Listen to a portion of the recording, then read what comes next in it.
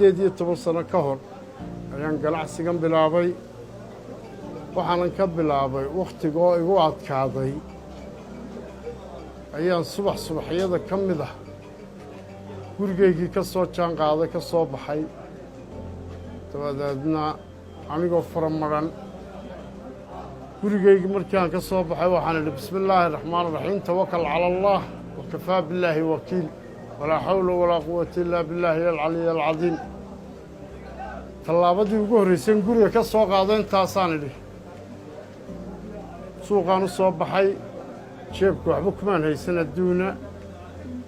islaantii xaaskaygii oo inadmihii uu igu horreeyey curad 7 bilood uurkeedu yahay wakhtiguna igu adag yahay ayaan aad u fikiray dabadeedna waxaan bilaabay inaan suuqa u soo baxo xagga ilaahay ilaahunbaa arrimaha isku toosiya nin sarifloo meel fadhiyaanu yimid waxaan ku yidhi $1 iyo badhi amaahi aan kuu soo celiyey hadhow halkii $1 iyo badhkii 9,000 oo Somalilan shilina buu ahaa waxaan soo iibsaday 1 dersin oo cidiya gurta baalaan cidiya la isku guro kow ganacsigayga halkii ugu horreysay ka bilaabay halkaasay ahayd cidiya gurtaasi markaa $1 iyo badh baa layga siiyey dersinkii cidiya gurta ahaabaan makhaayadaha la dhex maray dabeedna waan iibiyey xabad 3 kun baan siiyey xabad 2 badh baan siiyey xabad 2 kun baan siiyaa adigu isku celcelin maalintii 4 dersin baan iibiyey oo cidiya gura calaa xabad 2 badh baan isku celcelinay noqotay 30 midh baan iibiyey 30 meeloodoo man 2 badh waxay noqotay 120 kun oo shilin 9 kun oo shilin baa iga galay oo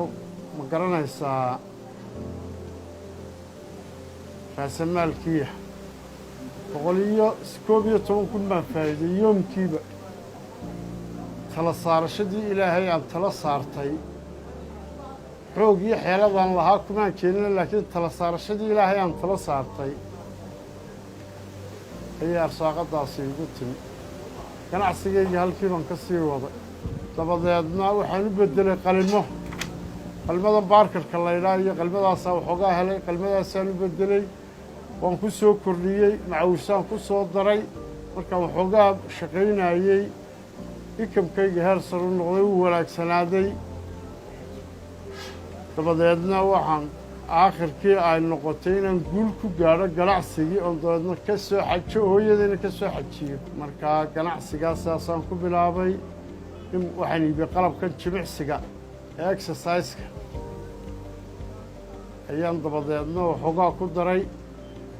kii baan muddo waday kabaan iibinayey kulba waan yaro rogrogay aakhirkii waxaan ku soo koobay bugaagta ayaan ku soo daray ganacsigii aan waday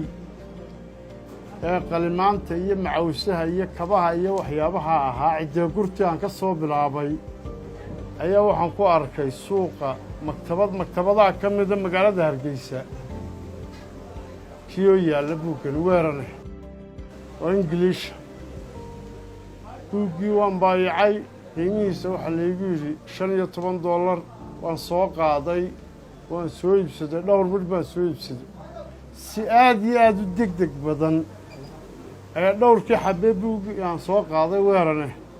layga iibsaday qiimahan aan u siiyey $20 dabadeedna waxaan sameeyey si buuggii qiimihiisi markaa aad dadku u jeclaysteen aniguna aan u arkay inaan faa'iido ka helayo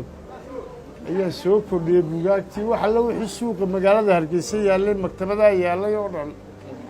ayaan soo xaadhay waan ka wada iibsaday dhammaantoodna waan sii wada iibiyey qoraagii buuggaa daydaya buuggii bal way sidii nin xabad sii maktabadihii oo dhan buu tegey uu ka soo waayey buuggii maxamed baadi buuggii maxaa ku dhacay buu yidhi waxaa la sheegay in buuggii dabadeedna ninka la ydhaa biixi cabdi xasan ee imika buuggan gacanta ku hayo maktabadaha ka wada iibsaday waxaan ku mutaystay sidaa inaan qoraagii soo raadsado dabeedna uu yidhaahdo buugba isagoo af Soomaaliyan qoraya maadaama bulshadeennu dad af Soomaaliga qoraayo af Soomaaliga aad u wada akhriyaa yihiin afkoodii hooyana uu ku qoraayo buugga Soomaaliyan qoraya markaa aan qoro bixiyo xafladda markaan ka soo saaro buuggaas uu ka soo dhammaado qofka ugu horreeyay u dhiibayaa tahay qaabkaas buuggan aan ku murtaysta iminka iyo haatanna isaga iyo wixii la mideen arko maktabadayda wareegtay inaan ku soo kordhiyo magaalada sida koona aan la tago mararka qaarkood waxaa shaqeeya moota bajaash waxaan la yidhaahdee qaada dadka ganacsiga alaabta u kala qaada